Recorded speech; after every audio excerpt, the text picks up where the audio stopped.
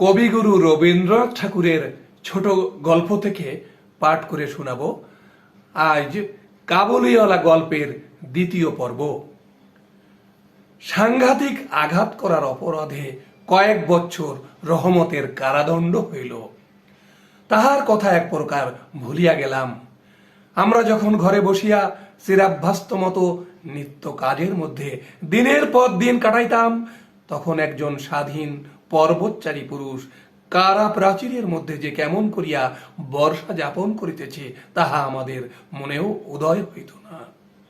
আর চঞ্চল হৃদয়া মিনির আচরণ যে অত্যন্ত লজ্জাজনক তাহা তাহার বাপকেও স্বীকার করিতে হয়। সে স্বচ্ছন্দে তাহার পুরাতন বন্ধুকে বিস্তৃত হইয়া প্রথমে নবী সহিসের সহিত সখ্য স্থাপন করিল।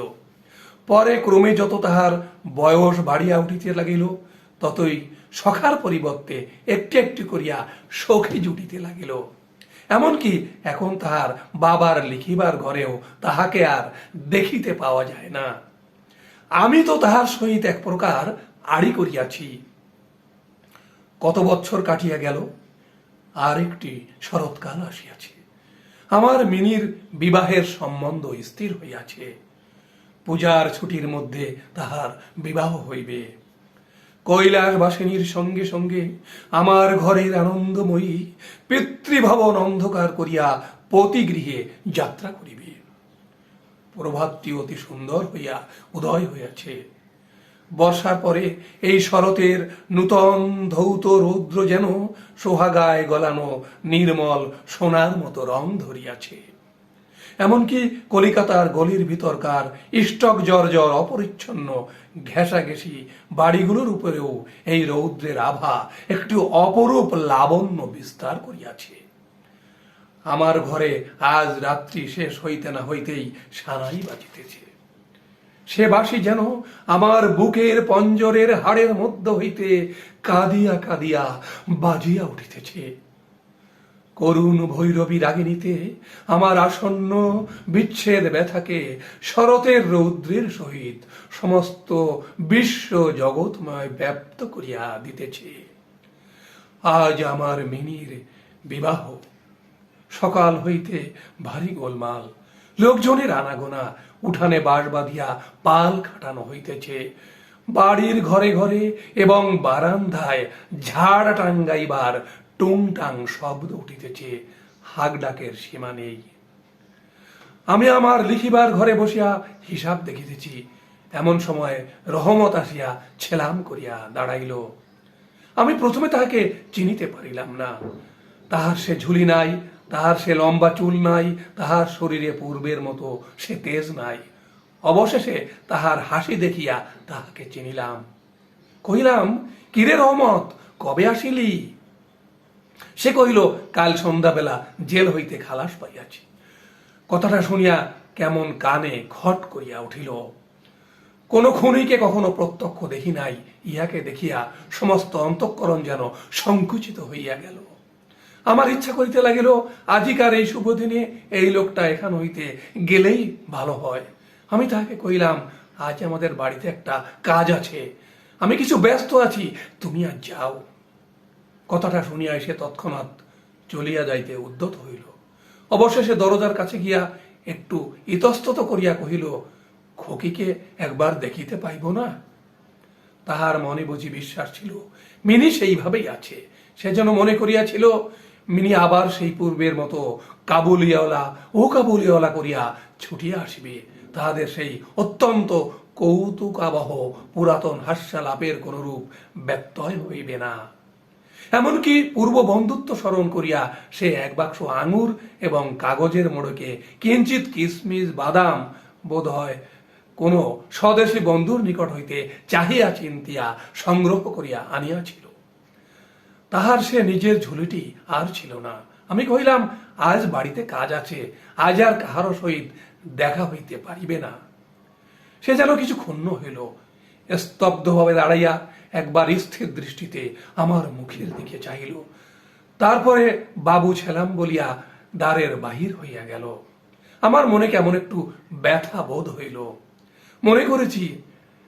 মনে করিতেছি তাহাকে ফিরিয়া ডাকিব। এমন সময় দেখি সে আপনি ফিরিয়া আসিতেছে। কাছে আসিয়া কহিল, এই আঙ্গুর এবং কিঞ্চিত কিশমিশ বাদাম খকির জন্য আনিয়াছিলাম, তাহাকে দিবেন।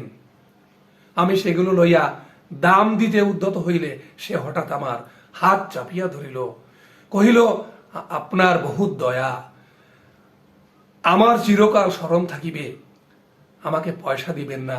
বাবু, তোমার যেমন একটি লড়কি আছে, তেমনি দেশে আমারও একটি লড়কি আছে। আমি তাহারই মুখখানা স্মরণ করিয়া তোমার খকির জন্য কিছু কিছু মেওয়া হাতে লইয়া আসি। আমি তো সওদা করিতে আসি না। এই বলিয়া সে আপনার মস্ত ঢিলা জামাটির ভিতর হাত চালাইয়া দিয়া বুকের কাছে কোথা হইতে এক টুকরা ময়লা কাগজ বাহির করিল। বহু সযত্নে ভাঁজ খুলিয়া দুই হস্তে আমার টেবিলের উপর মেলিয়া ধরিল। দেখিলাম কাগজের উপর একটি ছোট্ট হাতের ছাপ। ফটোগ্রাফ নহে, তেলের ছবি নহে, হাতে খানিকটা ভূষা মাখাইয়া কাগজের উপরে তাহার চিহ্ন ধরিয়া লইয়াছে।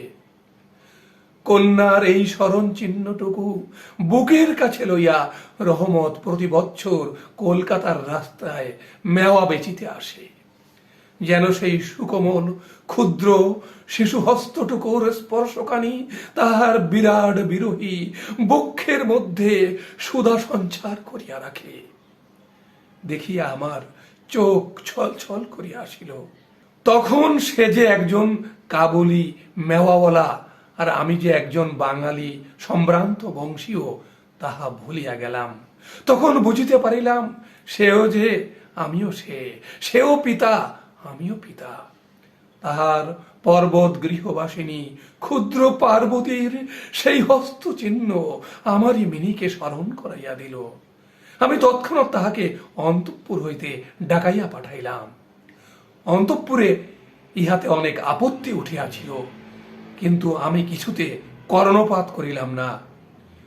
রাঙা চেলি পরা, কপালে চন্দন আঁকা বধূবেশিনী মিনি সলজ্জভাবে আমার কাছে আসিয়া দাঁড়াইল। তাহাকে দেখিয়া কাবুলিওয়ালা প্রথমটা থতমত খাইয়া গেল। তাহাদের পুরাতন আলাপ জমাইতে পারিল না। অবশেষে হাসিয়া কহিল, খকি, তুমি শ্বশুর বাড়ি যাবিস? মিনি এখন শ্বশুর বাড়ির অর্থ বোঝে। এখন আর সে পূর্বের মতো উত্তর দিতে পারিল না। রহমতের প্রশ্ন শুনিয়া লজ্জায় আরক্ত হইয়া মুখ ফিরাইয়া দাঁড়াইল। কাবুলিওয়ালার সহিত মিনির যেদিন প্রথম সাক্ষাৎ হয়েছিল, আমার সেই দিনের কথা মনে পড়িল। মনটা কেমন ব্যথিত হইয়া উঠিল। মিনি চলিয়া গেলে একটা গভীর দীর্ঘ নিঃশ্বাস ফেলিয়া রহমত মাটিতে বসিয়া পড়িল। সে হঠাৎ স্পষ্ট বুঝিতে পারিল তাহার মেয়েটিও ইতিমধ্যে এইরূপ বড় হইয়াছে। তাহার সঙ্গেও আবার নূতন আলাপ করিতে হইবে। তাহাকে ঠিক পূর্বের মতো তেমনটি আর পাইবে না। এ 8 বছরে তাহার কি হইয়াছে তাই বা কে জানে। সকাল বেলায় শরতে স্নিগ্ধ রৌদ্র কিরণের মধ্যে সানাই বাজিতে লাগিল। রহমত কলিকাতার এক গলির ভিতরে বসিয়া আফগানিস্তানের এক মরু পর্বতের দৃশ্য দেখিতে লাগিল। আমি একখানা নোট লইয়া তাহাকে দিলাম। বলিলাম, রহমত, তুমি দেশে তোমার মেয়ের কাছে ফিরিয়া যাও। তোমাদের মিলন সুখে আমার মিনির কল্যাণ হোক। এ টাকাটা দান করিয়া হিসাব হইতে উৎসব সমারোহের দুটো একটা অঙ্গ ছাটিয়া দিতে হইল। যেমন মনে করিয়াছিলাম তেমন করিয়া ইলেকট্রিক আলো জ্বালাইতে পারিলাম না। গড়ের বাদ্য আসিল না। অন্তঃপুরে মেয়েরা অত্যন্ত অসন্তোষ প্রকাশ করিতে লাগিলেন। কিন্তু মঙ্গল আলোকে আমার শুভ উৎসব উজ্জ্বল হইয়া উঠিল। আরো অনেক গল্প শুনবার জন্য এই চ্যানেলটি সাবস্ক্রাইব করে রাখতে পারেন। সুন্দর গল্প তো।